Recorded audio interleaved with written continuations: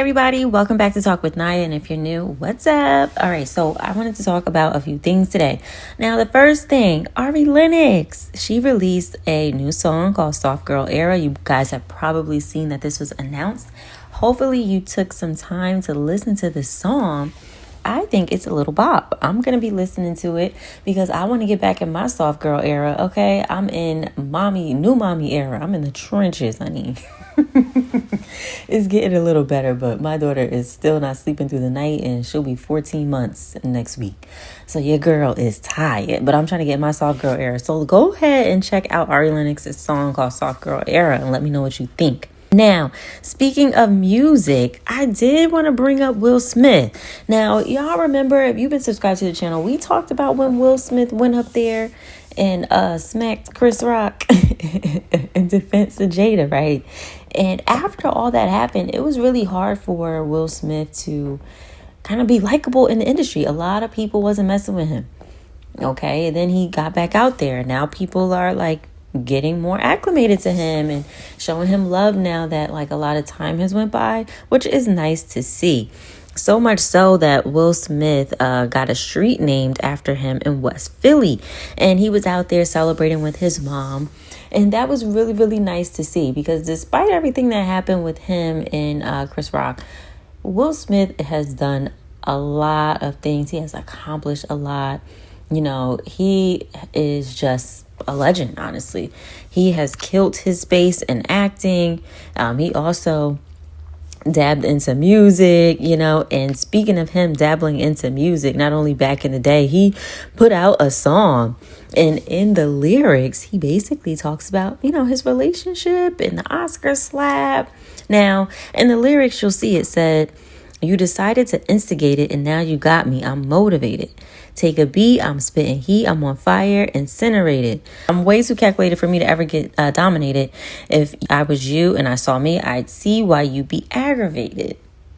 Who he talking about? Took a lot, I'm back on top. Y'all gonna have to get acclimated. Like I said, people are starting to, you know, love him again. And then he said, "Won't stop, my shit's still hot, even though I won't get nominated." So he recognizes that he's not going to get nominated anymore. Like, he's not going to get a lot of recognition, but he's still back on top. And then he said, "Personal life with my wife, mind your business, is complicated." So, what's complicated about him and Jada? What's not complicated about him and Jada? I mean, hasn't things been complicated with them for years now? Like, Jada created the whole situationship with, what's his name? Remind me of his name. I feel like it starts with an A. His name is like slipping my mind, but his face is right there. She was in a situationship with someone else that got exposed. And I don't know, like their marriage just gives, we just not going to file no paperwork, but we just going to take breaks when we need to take breaks and then reconnect if we can. You know, I don't know. Like, I feel like their marriage has been complicated for years at this point. Like, when has their marriage been in a happy spot ever since it got exposed that they were not really together like that? I don't know. But anyway, I stay out of married folks' business because you never know what they truly got going on. Now let's get into some reality TV, okay? So, have you all been watching Married to Medicine? The reunion came out. I've been watching. I really like this show. But I wanted to talk about Quad and Lateasha. Now, for y'all who aren't really watching, Lateasha is dating Quad's ex-husband. Well, Lateasha is married to Quad's ex-husband. And Quad has now moved on, and she is with her new man. Now, Lateasha is still thinking that Quad is checking for her ex-husband, Greg. But Quad ain't checking for him. But this is what, you know, went down at the reunion. I believe this is a clip of what's going to come on Sunday this weekend. Now, Lateasha, Quad was like actually in defense of you in this clip. And you are just so pressed about, oh, she's still worried about Gregory. Oh. And I think that Gregory talked a lot about Quad when he met Lateasha. So much so that he kind of ignited a lot of jealousy, underlying jealousy and stuff in Lateasha before Lateasha even met Quad or kind of got heavily involved in the group. And then I think Toya also, because in the reunion, Lateasha said Toya, you know, wanted her to go against Quad and all that. I believe that's 100% true. because Toya wasn't cool with Quad. Toya and Quad have had a lot of squabbles. They've been on and off with their friendship, a lot of disagreements or whatever. And, Toya accused Quad of sleeping with a contractor. It was a mess. So I do think that Toya got to Lateasha in the beginning when Lateasha came on last season and wanted her to definitely have beef with Quad. I don't think she was against it, and I don't think she was trying to prevent it at all. But Toya didn't want to take any accountability. But it's like, no, boo-boo, I believe every word Lateasha said about that one. I believe her, Toya and Simone didn't mind if Lateasha had beef with Quad and they wanted Quad to feel uncomfortable and they wanted to bring Lateasha around and Greg around. But now that Quad got her man, and her man is a good looking man, good man, Savannah. Now they double, they what are they backpedaling, okay? And now they're trying to be Team Quad. Nah, Quad, please be wary of all of these women. Please be wary, because they're not your friends, and Quad knows that. She knows that they on your team right now, but you never know what they're doing tomorrow. Now, the other thing I wanted to point out was on Housewives of Atlanta. I did watch the last episode of Housewives of Atlanta. I do feel like it's a little slow start for me, but that's okay. I'm still tuning into the girls. But we need to talk about Drew and Porsha baby daddy, Dennis, okay?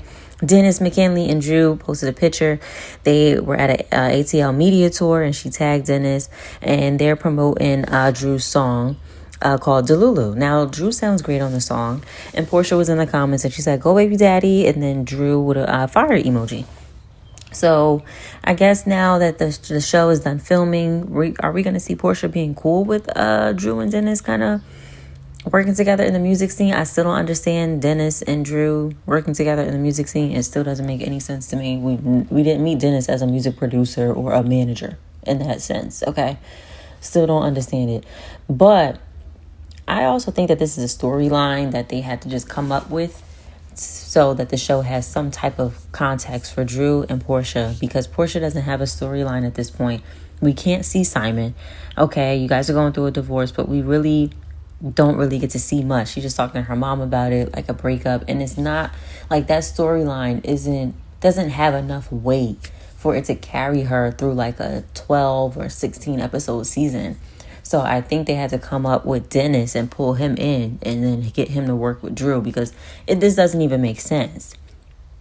It doesn't even feel organic. I feel like they could have came up with something else, honestly, but that's just my feeling about it. Now, lastly, I want to talk about this show called Pop the Balloon. This show called Pop the Balloon was made by Arlette and her husband. I don't know her husband's name, but Arlette put this show and her husband produces it, and they have their own YouTube channel. And they did this on their own. It became very popular. She gets millions of views every time they post an episode. Me and my husband watch this on Sundays, and it's a really good YouTube show. Now, this show is going to be coming to Netflix, but they're going to have the actress from Insecure, Yvonne, as the host. I'm all for Pop the Balloon getting the green light to be on Netflix, but I'm very curious as to why Arlette is not being the host. And I don't think anybody's even interested in watching the show if she's not the host. It's all in the comments that they want Arlette to be the host. Her and her husband created it. They're dominating the space. There are people who are making their own versions of this in other countries and stuff, but we all know who we watching here. It's Arlette on Pop the Balloon hosting it, right? I don't understand why Netflix is not having her host it. And I don't know if Arlette and her husband are going to address it on their YouTube channel. I will definitely keep my eye out if they post a video, because I don't understand it. I really don't understand it. I only want to watch Pop the Balloon when she's hosting it. Arlette is funny as hell. I gotta say too many jokes, but her facial expressions and some of the follow-up questions she asks is so funny to me. But it's not inappropriate or rude, but it's just funny. It's like light shade sometimes. It's perfect, so I have nothing against Yvonne, her as an actress or person or whatever, but I just feel like that spot should be Arlette. And honestly, I feel like they could have just stayed on YouTube and just kept doing their own thing. Let me know if y'all watch this show and what y'all think about this. And that's all I have for today. And have a good weekend. Bye.